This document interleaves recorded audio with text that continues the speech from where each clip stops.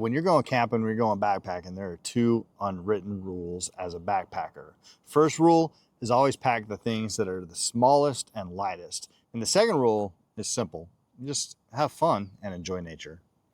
Now, I want to show you guys what I rock when I'm backpacking, when I'm camping, when I'm out in the woods like this. I don't want to carry anything heavy. And so this is my stove. This is the stove that I rock with. You're rocking an extremely lightweight piece. This thing is 3.4 ounces. That you're not going to feel that in your backpack, but what it does, it's small, but it packs a big punch because you're going to be cooking everything on here. This is how you just simply open it up. You just got to push down on these handles and it locks in place.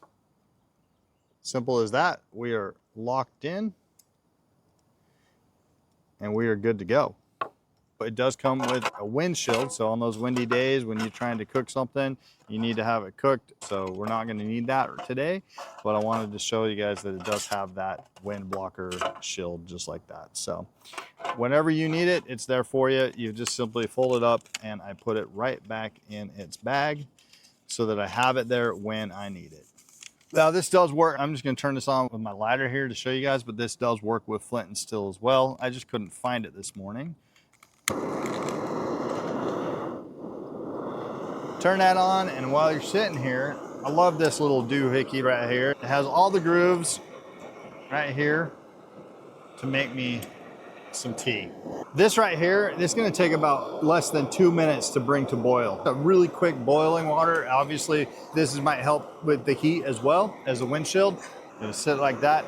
Now this guy is made for it, but let's say you don't have this and you just have a plate right here. It has the tongue and groove system that's going to lock into anything that you're cooking. So you got a small pan, you got a plate, you got to put on there, you're going to be able to do that. But with this guy, it's integrated in there. So that's pretty cool. And we are just starting. We're getting that going and we're going to see how long it takes to boil. I've never actually timed it, but it says less than 2 minutes to boil. So we'll see. That's pretty fast. That's getting up there already. I can hear something happening at 30 seconds in. So I imagine it says less than 2 minutes. We're gonna hit that. Oh, look at that. We're starting to get steam already. That's pretty crazy. At 40 seconds in, we got steam. So obviously we're hitting above 212 degrees for that steam to happen.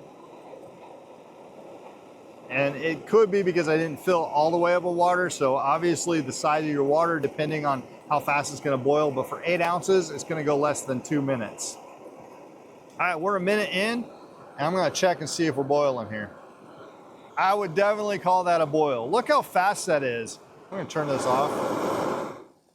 As you can see there, I did not even have it full blast.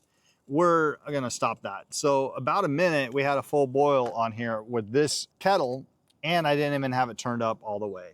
So why is that important? Well, obviously you guys know that if you're backpacking and it's cold in the morning and you need to warm up, you know that in less than 2 minutes, you're gonna get something warm in your body, especially if it's an emergency situation where you're freezing. In less than 2 minutes, you can turn that emergency situation into a life-saving situation.